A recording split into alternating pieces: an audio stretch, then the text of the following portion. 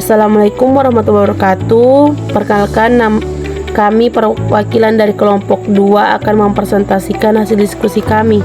Untuk mempersingkat waktu, kami akan mempersingkat kelompok kami. Defini dari One Group Pretest Post-Test Design. One Group Pretest Post-Test Design adalah sebuah desain penelitian kuasi eksperimen di mana sebuah kelompok tunggal tanpa kelompok pembanding diuji sebelum dan setelah perlakuan treatment untuk mengevaluasi efek dari perlakuan tersebut.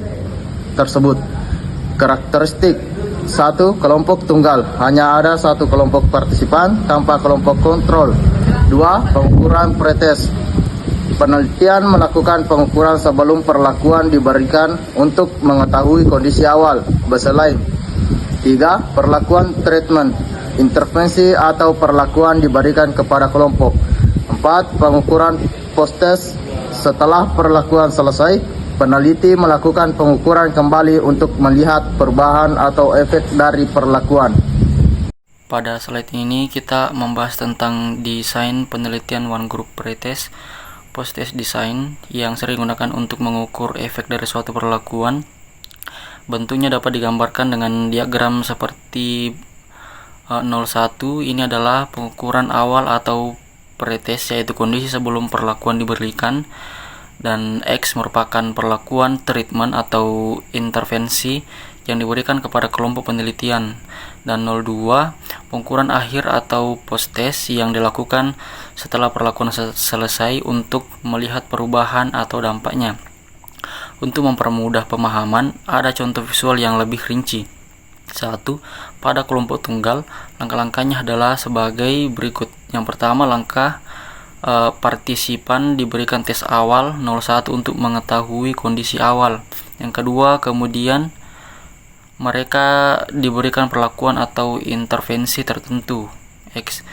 Setelah itu dilakukan tes akhir 02 untuk mengukur efek perlakuan tersebut. Nah, dengan desain ini kita bisa menganalisis perubahan dari pretest ke post-test untuk melihat efektivitas perlakuan. Langkah-langkah dari One Group Pretest Post-Test Design. Langkah-langkah dalam One Group Pretest Post-Test Design meliputi tahap-tahap berikut. 1. Identitas masalah dan tujuan penelitian. 2. Pemilihan partisipan. 3. Pelaksanaan pretest atau O1. 4. Pemberian perlakuan atau X. 5. Pelaksanaan pretest post-test O2. 6. Analisis data. 7. Kesimpulan dan interpretasi. 8. Laporan penelitian. Penggunaan sampel pada One Group Pretest Post-Test Design. Penggunaan sampel dalam One Group Pretest Post-Test Design mengikuti prinsip dasar penelitian kuasi eksperimen, di mana hanya satu kelompok sampel yang digunakan tanpa adanya kelompok pembanding. Berikut adalah penjelasan dan mengenai penggunaan sampel dalam desain ini. 1. Karakteristik sampel. Homogenitas sampel yang dipilih sebaiknya memiliki karakteristik yang relatif homogen untuk meminimalkan variabel luar yang dapat memengaruhi hasil penelitian. Yang kedua, relevansi. Sampel yang harus relevan dengan tujuan penelitian dan mewakili populasi target yang ingin diteliti. Yang ketiga, jumlah sampel. Tidak ada aturan baku, tetapi sampel yang terlalu kecil dapat mengurangi validitas hasil, sedangkan sampel yang besar memiliki keandalan lebih tinggi. Yang kedua, ada teknik pengambilan sampel, yaitu non-probabilitas sampling. Desain ini sering menggunakan teknik non-random seperti purposive sampling. Partisipan dipilih berdasarkan kriteria tertentu yang sesuai dengan tujuan penelitian. Convenience sampling. Partisipan dipilih berdasarkan kemudahan akses. Adapun lagi yaitu probabilitas sampling jika memungkinkan. Simple random sampling, setiap individu dalam populasi memiliki peluang yang sama untuk dipilih. Adapun lagi stratified sampling, populasi dibagi ke dalam subkelompok atau strata, lalu sampel diambil dari masing-masing strata secara proporsional. Proses penggunaan sampel. 1. Identitas kriteria partisipan. Tentukan kriteria inklusi atau partisipan yang memenuhi syarat dan eksklusi partisipan yang tidak memenuhi syarat.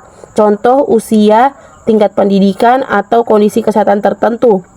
Yang kedua, rekrutmen sampel. Rekrutmen partisipan yang memenuhi kriteria untuk bergabung dalam penelitian. Yang ketiga, pengelolaan sampel. Adapun pastikan partisipan tetap berada dalam penelitian selama pretest, pemberian perlakuan, dan post-test untuk menghindari kehilangan data. 4. Kelebihan dan kekurangan dalam penggunaan sampel. Kelebihan: lebih hemat waktu dan sumber daya karena hanya melibatkan satu kelompok. Cocok untuk penelitian awal yang tidak memungkinkan pengguna kelompok kontrol. Kekurangannya itu tidak ada kelompok pembanding, membuat hasil sulit diinterpretasi karena kemungkinan adanya pengaruh dari variabel luar.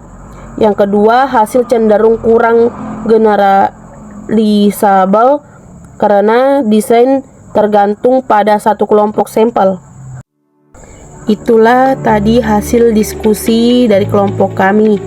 Lebih dan kurangnya mohon dimaafkan. Billahi fil sabil haq fastabil khairat. Assalamualaikum warahmatullahi wabarakatuh.